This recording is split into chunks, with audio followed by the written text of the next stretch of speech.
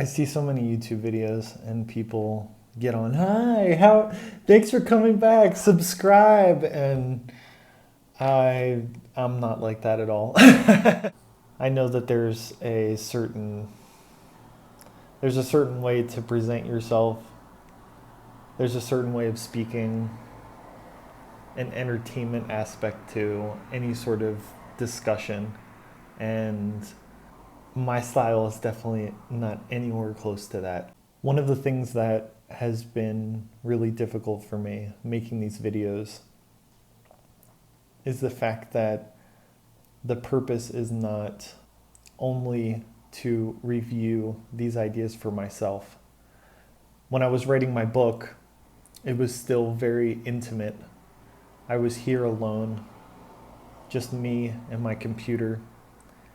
And it was a way of externalizing thoughts, but it was only for myself. Later on, I realized that what I was writing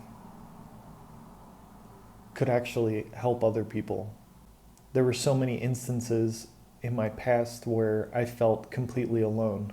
There was nobody in my religious community, in my community at large, my friends, my family. There was nobody who were willing to stand up and point themselves out of the crowd and say that, hi, I'm dealing with this, because they were afraid of being different. They were afraid of the backlash. And I'm in a very interesting position now where I don't have to worry about conforming to an expectation. I don't have to follow the guidelines. I'm able to create my own boundaries and my own limits. And that's one reason why I'm making these videos. Something that is essential to understanding a lot of the details of my life is understanding the context. Not many people have had the experience of being a gay man who was also Catholic. Maybe there are parts of my story that you will relate to. I don't expect many people to fully comprehend everything that happened, but I hope that you're able to take those elements that do apply to you and see how we are connected, and realize that just because people don't say things, just because people do the same things as you and follow the status quo of a community or an organization, doesn't mean that there's not more beneath the surface. And I'm not even talking about that they're necessarily a hypocrite, but there's a depth to everybody's experience that we'll never know. I hope that the people in our lives that know us understand, because of how we act, how we talk, that they can come to us for anything, that we won't judge them, that we will actually listen to them.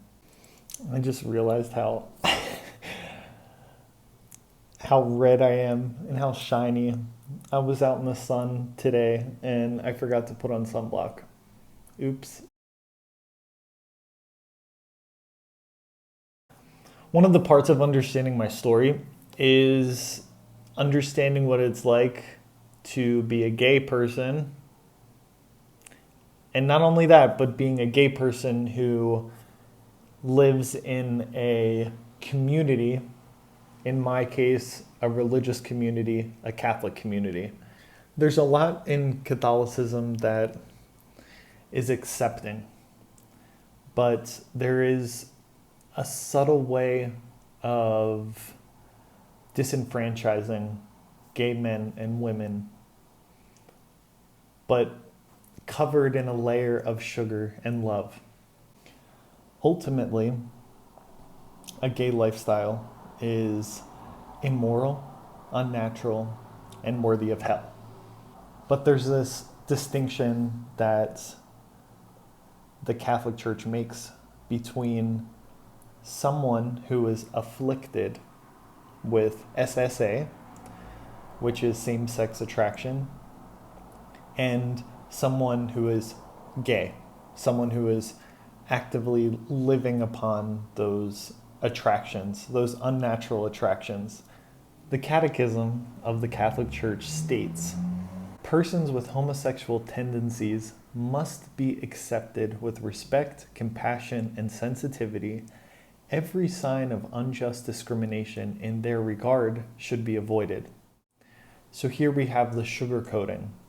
God has come in the form of Jesus to save all men, including those poor people who are afflicted with same-sex attraction. The Catechism also says that they have a very particular spiritual trial. Resisting those attractions, the afflicted person is set up as almost an example of God's love and strength, that this person can persevere in that type of life. And this reminds me of a story. I'm sorry about the cars, if you're able to hear them.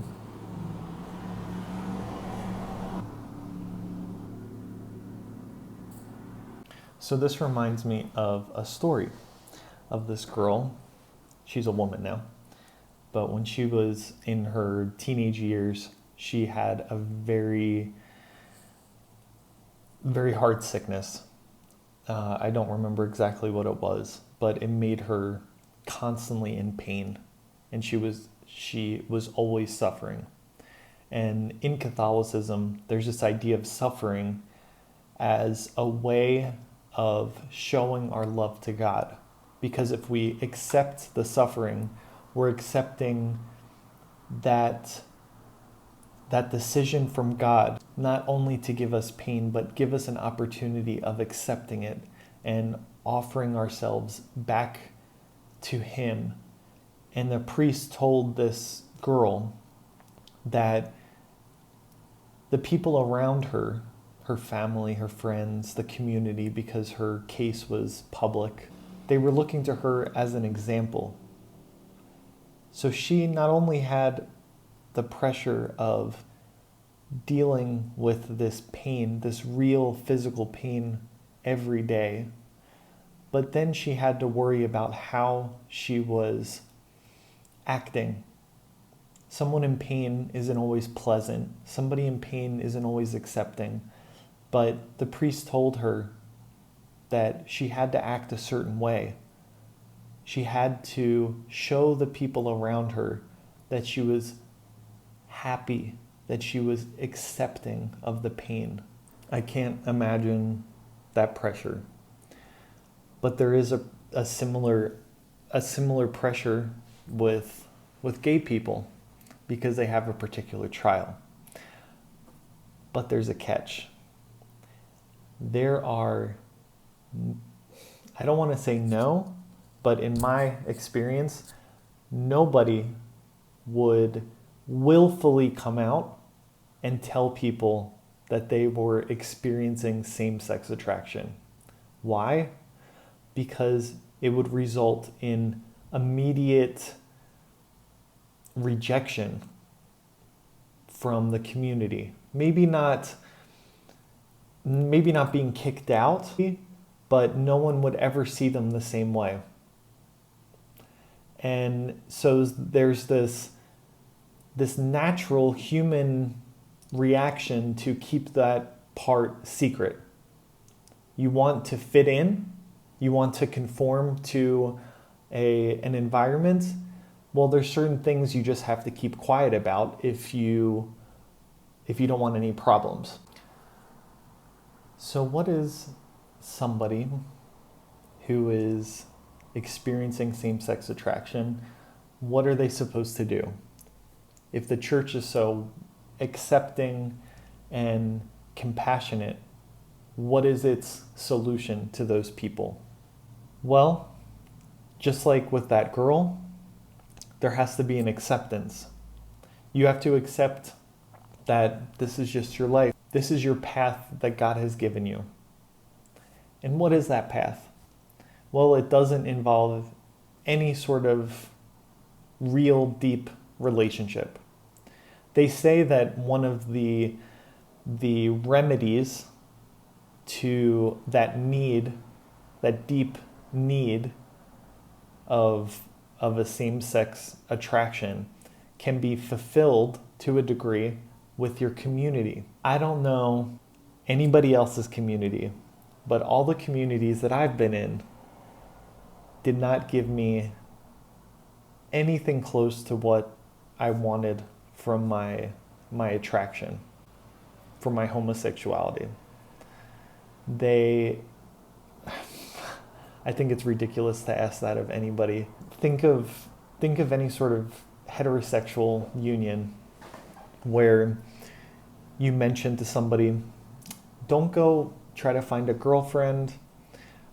Just find that type of love and deep fulfillment in your community, in your religious community, in your friends. Maintain deep relationships with them. It seems preposterous. Of course not. So, in my experience, that didn't work. It's just like when they say that you can't have a platonic relationship between a man and a woman. If I started, and this happened a few times, if I started to build up a friendship with another man, and then that friendship got deeper and deeper and deeper, and being a homosexual, sometimes, not always, but sometimes that attraction came. And I was so afraid of following that attraction because it was sinful that I lost friends. I stopped talking to people because I started to have real deep feelings for them. It seems kind of backwards. The person with same-sex attractions has to be single. Because of the religious environment, there are many people that conform to the community that they're in. They try to negate that part of themselves. In my experience, in my life, it wasn't that I was rejecting that part of me, but I tried not to see it as something important and integral. I saw it as my special trial, my special affliction, my cross. And so I just continued on with my life, which eventually led me to the seminary and to the priesthood. And that affected me in my life. But there are people who pretend to have those same types of feelings with someone of a different sex. So someone who is homosexual pretending to be heterosexual. And they get married because that's the status quo. And they have children. So then when they're older and they realize that this whole imaginary structure that they've created isn't fulfilling them, that's when they really start having problems. So I hope that this very short explanation gives some context to the stories that I want to tell in the future. And if you haven't in your life experienced same-sex attraction, I hope that it at least gives you an idea that it's not as easy as maybe you were taught to believe.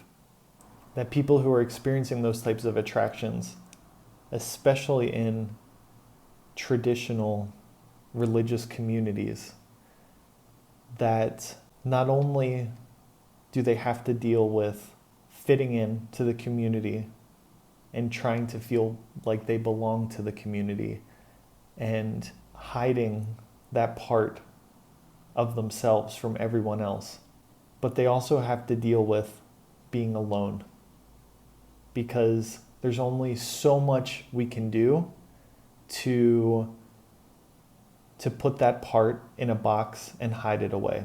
We know deep down who we are.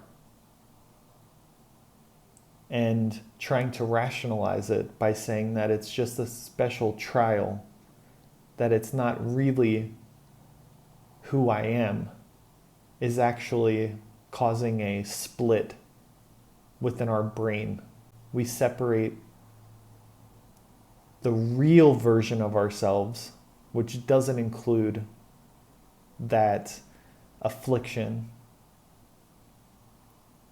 And then there's that other part that comes out. And we try to keep him down. I hope that I was clear enough. And I know that there's going to be questions and maybe some comments that people want to make. So, as always, I want to spark a conversation. And you're welcome to leave comments below the video, to visit my other social medias. There's more explanations of different parts of my life and ideas that I have that I posted on Instagram and Facebook. And you're welcome to visit those pages. And I sometimes do live sessions on Instagram, which is a little bit more informal than a YouTube video. And I will try to get another video out as soon as I possibly can. And I hope that everybody has a very safe week. Things are getting crazy in the world. We're all stressed out. So I hope everyone has a great day. And I'll see you on the next video.